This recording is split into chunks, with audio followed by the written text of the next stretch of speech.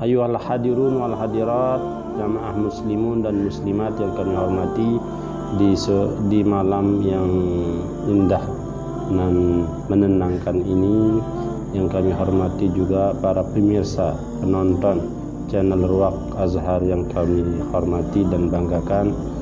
Di malam yang indah ini, insyaallah malam ini saya akan menyampaikan kelebihan, fadilah atau faedah dari membaca basmalah.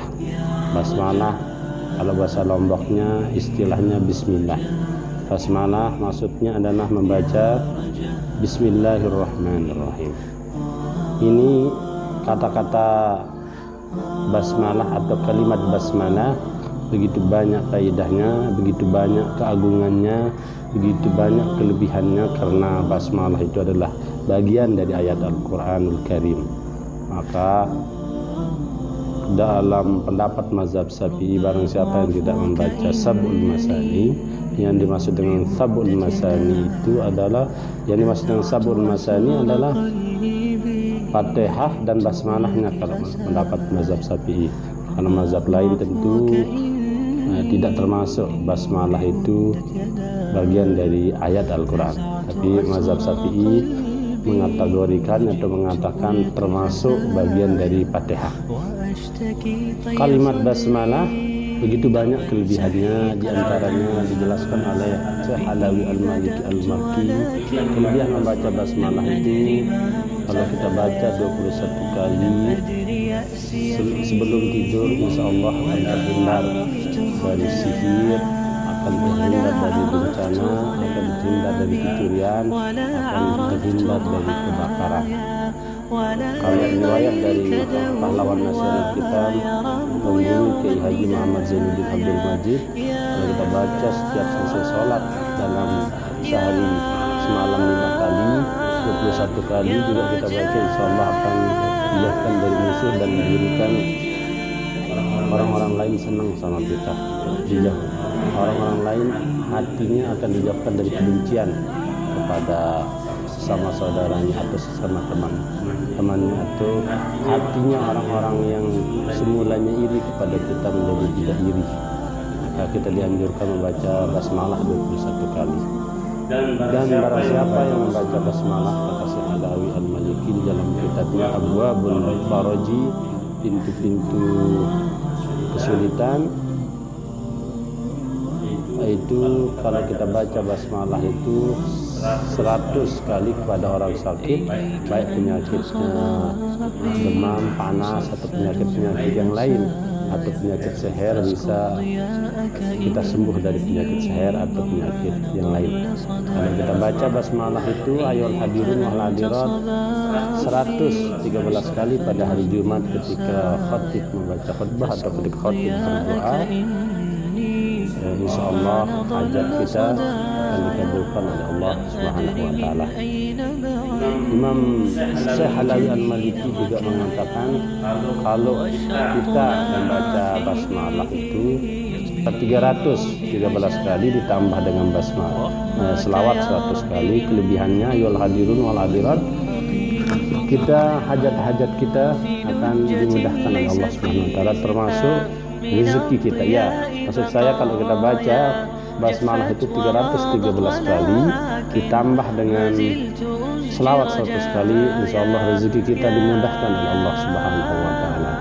Kalau kita membaca basmalah juga 887 kali, insyaallah segala hajat kita secara umum dimudahkan oleh Allah Subhanahu wa taala. Insyaallah kita akan diberikan kebaikan. Apapun kebutuhan kita, apapun hajat kita, mudah dikabulkan oleh Allah Subhanahu wa taala. Kalau kita baca basmalah itu, kata Syekh Alawi Al-Maliki, 2500 kali. Tidak tentu waktunya, tergantung pelungguh, tergantung kalian semua. Waktunya bisa tergantung waktu kres kita, waktu senggang kita baca 2500 kali. Insyaallah akan terjaga kita dari mara bahaya dan akan diberikan kemenangan oleh Allah Subhanahu wa taala. Itu termasuk kelebihan basmalah. Oke, termasuk kelebihan basmalah itu, kalau kita baca basmalah itu 1 kali, dan kita tahu huruf basmalah itu 19. Okay, 19. Kalau kita baca basmalah ini di setiap hurufnya akan dihapuskan dosa kita, kejelekan kita 4.000 kejelekan. Akan diberikan kebaikan 4.000 kebaikan. Dan kita akan diberikan oleh Allah Subhanahu wa taala 4.000 derajat kebaikan yang Allah berikan kepada kita. Dan basmalah itu tadi saya bilang hurufnya 19 ditambah dengan sehari semalam kita sholat 5 kali menjadi 24. Basmalah hurufnya 19 ditambah dengan sehari semalam kita sholat 5 kali jadi 24. Maka sehari semalam, kenapa sehari semalam itu jamnya jam kita 24 jam? Karena tadi huruf basmalah itu 19 ditambah dengan sholat 5 waktu sehari semalam menjadi 24 jam. Maka di setiap jam itu Allah akan menghapuskan dosa kita dari bacaan-bacaan kita tadi basmalah itu atau bismillahirrahmanirrahim. Ayolah hadirun wal hadirat rahimana wa iyyakumullahu ajmain. Dan basmalah itu tadi kalau kita baca man kutima lahu bi bismillahirrahmanirrahim mata syahidan. Barang siapa yang diakhirkan dengan bismillahirrahmanirrahim maka dia akan mati dalam keadaan bergembira. Dan barang siapa yang dibacakan ketika diletakkan mayatnya di kubur menghadap kiblat lalu kita membaca bismillahi wa ala millati rasulillah, insyaallah juga akan mati dalam keadaan berbahagia. Kalau kita membaca basmalah itu kita akan terhindar dari penyakit galau. Namun sedih-sedih, namun susah-susah sengsara irup, baca basmalah dan kita aman pada hari kiamat dari segala urusan yang merugikan kita, dari segala urusan yang berakibat kita masuk ke neraka. Kalau kita baca basmalah, insyaallah Allah akan memudahkan kita.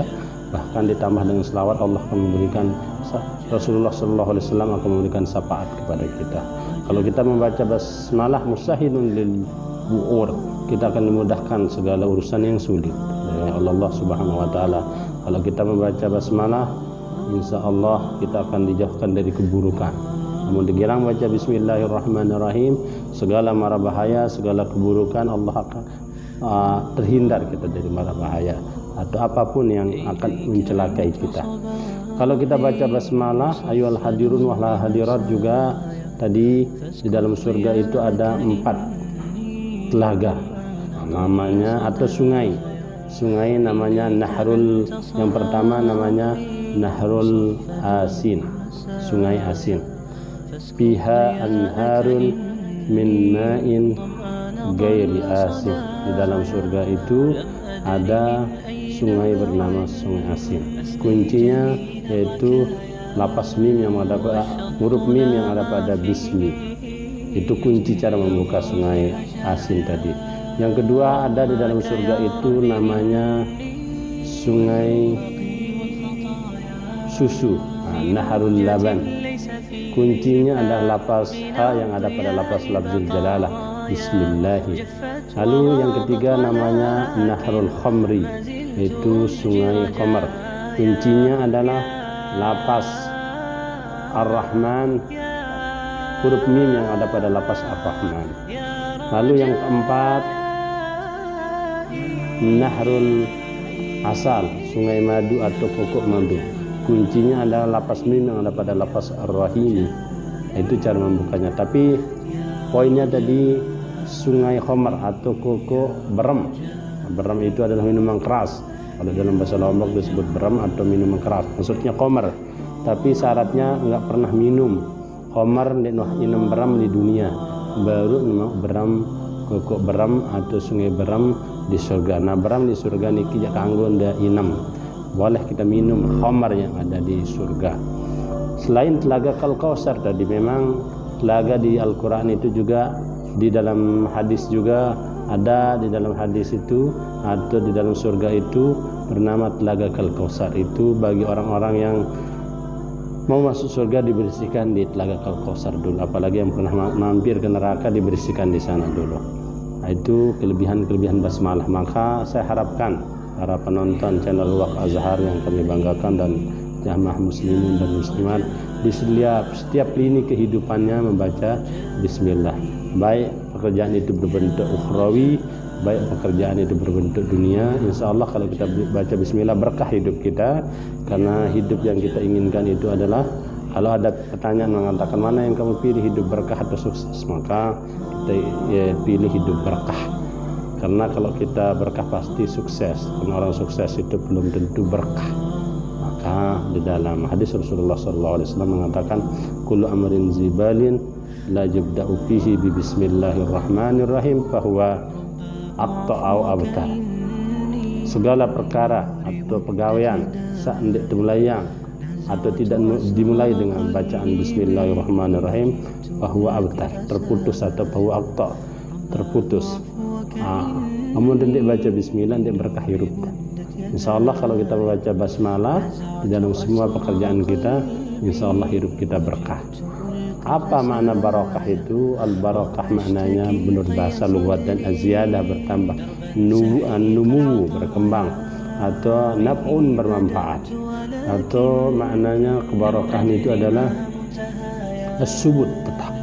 Tapi Ar-Raghib mengatakan barakah itu subutul khair al-ilahi fisai, tetapnya kebaikan Tuhan atau Allah kepada di dalam segala sesuatu, fisai, di dalam segala sesuatu. Misalnya kita punya ilmu kita barakah, terkadang sih dengan bermanfaat, walaupun ilmu kita sekedip. Saya nggak luwe dengan budaya ilmu, dia narak dengan keadaan dia bermanfaat ilmunya. Kalau mereka ngomong nggak didengar, bahkan kalau apapun perintahnya dia terdengar karena dia bermanfaat ilmu. Namun budaya rezeki, walaupun sekedip rezeki agak bermanfaat, kena atau gawe. Kadang banyak orang yang mempunyai harta banyak tapi ilmunya tidak digunakan hartanya tidak digunakan pada hal yang baik, maka panas kepingnya. Kenapa tidak barokah? Kadang anak-anaknya menggunakan dengan pada tempat yang tidak tepat, akhirnya hartanya tidak barokah. Begitu juga kalau kita punya kelebihan, kalau kita punya kebaikan-kebaikan yang ada dalam diri kita, barokah. Jadi hidup kita barokah, hidup kita tenang kalau kita membaca basmalah. Apalagi kita membaca Al-Quran begitu banyak pahalanya, harus diawali dengan bismillah, kecuali di dalam surat At-Taubah kita dilarang membaca basmalah di sana. Mungkin sekedar ini bisa sampaikan, mohon maaf atas segala kekurangan. Kalau ada kekurangan datang dari pribadi kami, kalau ada kelebihan datang dari Allah Subhanahu wa taala. Wallahu muwaffiq wal hadi ila sabilir rasyad. Assalamualaikum warahmatullahi wabarakatuh.